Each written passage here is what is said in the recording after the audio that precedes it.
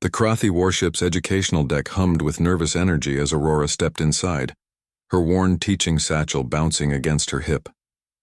6 pairs of luminescent eyes tracked her movement, predator eyes with vertical slits that would have sent any sensible human running. But Aurora merely smiled and set down her materials. "Good morning, Cubs," she said warmly in Galactic Standard, then repeated the greeting in broken Krathi, deliberately mispronouncing the harsh consonants. The young Krathi, each standing 7 feet tall despite being children, chittered in amusement. Their razor-sharp mandibles clicked in the species equivalent of laughter. These were the offspring of the galaxy's apex predators, a species that had conquered 17 star systems before humanity even achieved faster-than-light travel.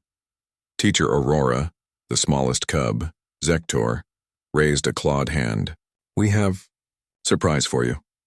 Aurora's eyebrows rose as Pippin, her teaching assistant and the only other human brave enough to work on a Krathi vessel, wheeled in a large display board. Upon it was a piece of parchment covered in shaky, childlike attempts at writing. "We tried to write in your Earth language," another cub, Morgana, announced proudly. Her tail capable of crushing steel swished excitedly. "For your birthday?" Aurora stepped closer, examining the paper. The attempts at English were endearing in their failure. Letters reversed, words spelled phonetically in ways that made no sense, grammar that seemed to follow Krathi syntactical rules. "Happy birthday to respected hunt teacher Aurora," read the top line, followed by what appeared to be individual messages from each cub. "We hope your prey is slow and your fangs sharp," wrote one. "May your eggs be numerous and your territory vast," wrote another. Pippin leaned close to Aurora, whispering, "They spent 3 cycles working on this. The ambassador nearly had a heart attack when he found out the cubs were trying to learn human writing without supervision. He was terrified they'd accidentally write something offensive." Aurora's eyes misted as she read each painstaking attempt. These children, whose parents had once viewed humans as either prey or pest, had spent days trying to master her language just to surprise her.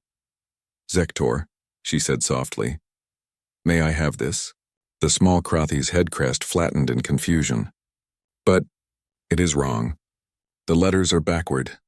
The words are incorrect. Father said human writing must be precise or it becomes insult." "Your father is wrong about one thing," Aurora said, carefully removing the parchment from the board. "Intention matters more than perfection. And this," she held up the paper, "this is perfect." The cubs exchanged uncertain glances, their natural predator instincts unable to fully process the human concept of sentimentality. "On Earth," Pippin explained, stepping forward, "we have a tradition. When children make something for someone they care about, we keep it, forever. Because the effort, the thought, the love that went into it, that's what makes it valuable." "Love?" Morgana tested the word carefully. "That is, pack bonding, yes?" "Something like that." Aurora nodded, pulling out a frame from her satchel, one she'd actually brought to display her teaching certification. Instead, she carefully placed the cub's attempt inside. "Where I come from, we display the gifts from our cubs prominently, so everyone knows how much they mean to us." The change in the room was palpable. 6 young apex predators suddenly stood taller, their crests rising with pride. They had given their human teacher something worthy of display. "Teacher Aurora," the eldest cub, Kordash, spoke carefully, "will you teach us more human writing? We wish to improve." "Only if you teach me more about Krathi hunting songs," Aurora bargained, knowing how sacred those were to their culture. The cubs erupted in excited chittering, their tails drumming against the floor in agreement. Later, as Aurora hung the framed paper in the classroom's place of honor, right between a Krathi battle standard and a map of Earth, the ambassador himself arrived, his massive form barely fitting through the doorway.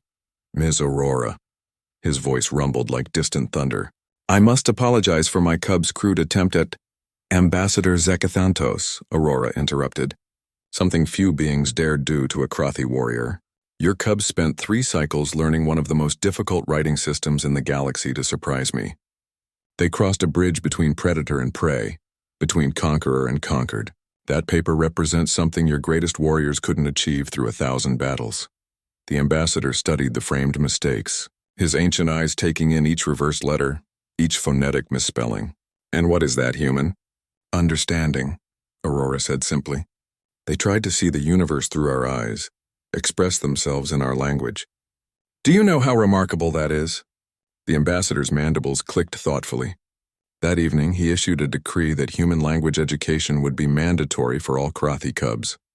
Not because humans were conquerors or possessed superior technology, but because a single teacher had shown his children that strength could be found in vulnerability, that power existed in understanding others.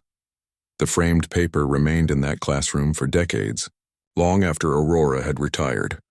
Long after those cubs had become ambassadors and generals themselves, it became a symbol of the moment when the galaxy's most feared predators learned that perhaps the greatest strength humanity possessed wasn't their technology or their resilience. It was their ability to find beauty in imperfection, to treasure effort over excellence, and to build bridges where others saw only chasms. And in every Krathi classroom across the Empire, similar frames began appearing, filled with imperfect attempts, cherished mistakes, and the proof that sometimes the most powerful thing in the universe isn't a perfect weapon or flawless execution, but a child's earnest attempt to say happy birthday in an alien tongue.